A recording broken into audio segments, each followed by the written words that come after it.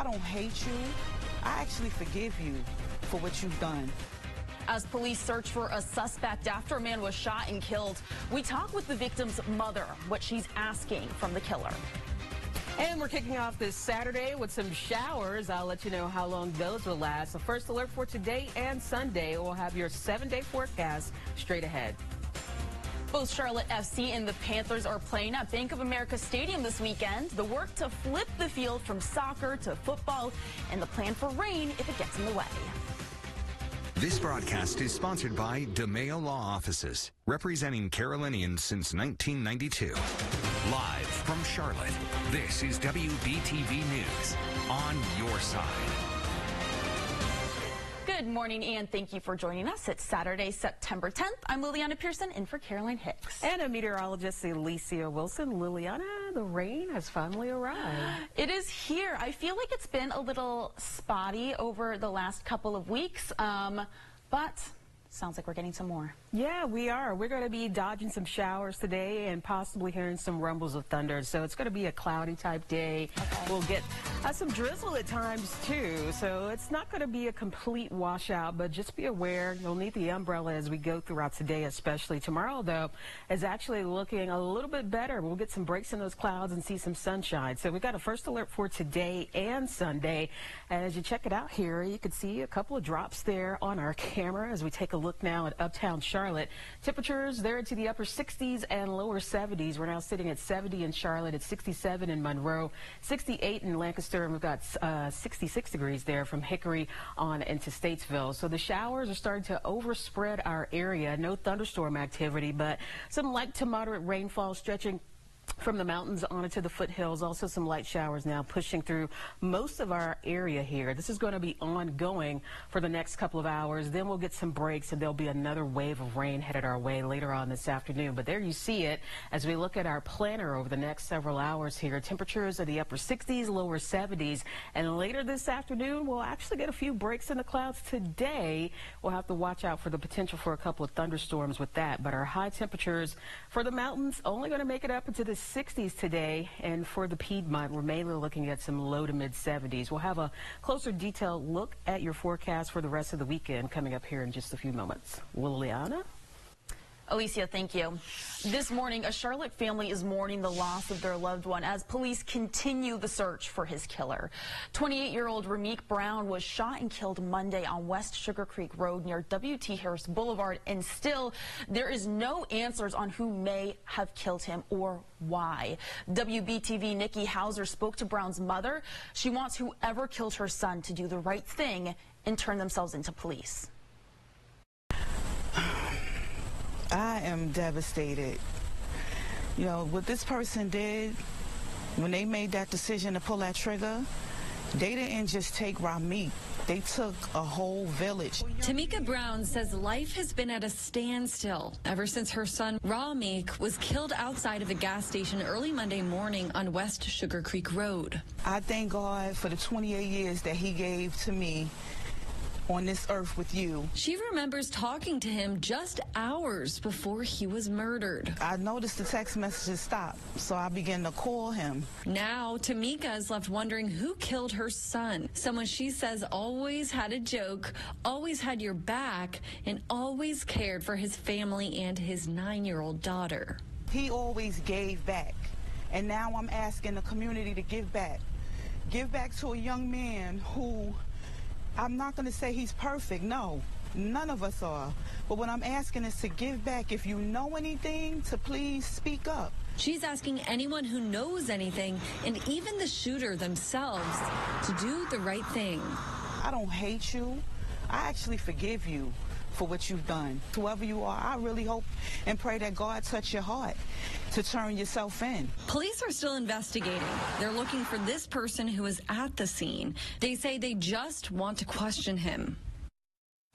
That was Nikki Hauser reporting, and there's still a lot to learn about this case. If you can help with any answers, you're asked to please call Crime Stoppers. That number's right there on your screen for you. And a second person has been arrested in connection to a deadly shooting that happened in July. Charlotte-Mecklenburg police say Dallas Brand Jr. shot and killed Daymont Hall on John Adams Drive. Brand turned himself into police on Thursday. He's charged with murder and robbery with a dangerous weapon. Rashad Elliott also faces the same charges in this case. He was arrested a few weeks ago. A parent is facing charges after deputies say they fought another parent. We're told this happened after both of their kids got into a fight on a Chester Middle School school bus. The Chester County Sheriff's Office says two students started fighting Friday afternoon. When the bus arrived at a stop, a parent of one of those students got on board. We're told the situation escalated, so the bus driver drove to the Sheriff's Office parking lot. They started honking the horn to try to get deputies to come out and help. The other students' parents came to the parking lot, and the two adults got into a fight. One was arrested and charged with interfering with operations of a school bus. The other parent was ticketed for disorderly conduct. The sheriff's office says more charges could be coming. Turning now overseas, let's take a live look at Buckingham Palace in London. There's 5 hours ahead of us, and mourners have been gathering outside Buckingham Palace since the news of Queen Elizabeth II's death. Many have been laying flowers outside the gates. Funeral plans for the Queen have been in the work for decades. A series of events will represent the planning of solemn pageantry. Right now, Britain is in a period of official national mourning. The Queen's body will then travel from Balmoral Castle for a 100-mile procession to Holyrood today. That's the Queen's residence in Scotland's capital of Edinburgh. She will then go to St. Giles Cathedral for the Vigil of the Princes. That's when the monarch's children stand guard over the coffin. In the past, only male children would attend, but this could include the Queen's daughter, Princess Anne. After that, the body will be taken to London. That is where hundreds of thousands of people, if not millions, will line up for miles to pay their respects as the Queen will make her final journey to Westminster Hall 10 days after her death. There will then be a grandstand funeral. She will be laid to rest at Windsor Castle next to her husband and the love of her life, Prince Philip. And back here in the States, Sunday marks 21 years since the terrorist attack on the World Trade Center. And groups here in Charlotte are honoring those who have lost their lives that day. In Romare Bearden Park in Uptown, the F.F. Stephen Coakley Foundation is hosting flags of remembrance. Volunteers planted 2,977 American flags in the shape of the Twin Towers. On each flag is a photo card of somebody who had been killed in the attack on 9/11. The photos are placed in alphabetical order, so anyone who lost a loved one on 9/11 can easily locate them during this 5-day display. Organizers say that the event is about taking time to remember each and every victim. We see it all the time, just the feedback that we get, that how they have never seen anything like that. Coming to a place like this beautiful park and seeing their loved one that is being remembered and honored by so many people that come through the park each and every day for these 5 days.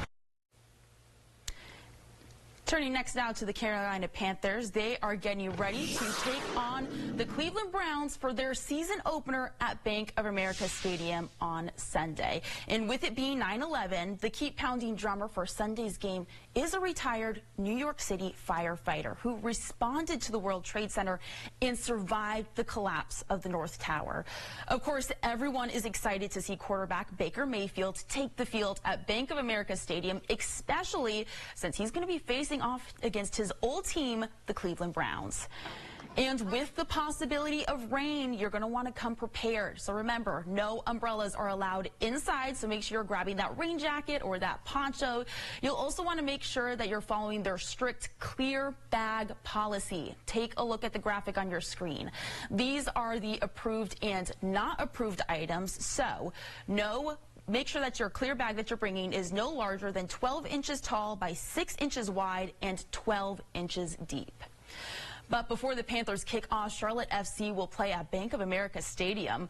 Both teams share the same field, but the lines painted on it are different. The rain can make it hard for that quick switch over, so Tepper Sports, the owner of both teams, they came up with a plan. Soccer lines take a little bit less time than football lines do, so it takes about 2.5 to 3 hours to paint out a soccer field, and football's about 6 to 7 hours. In this situation with weather, we're doing both. And so we laid out soccer in yellow first, and then followed up with the football field lines.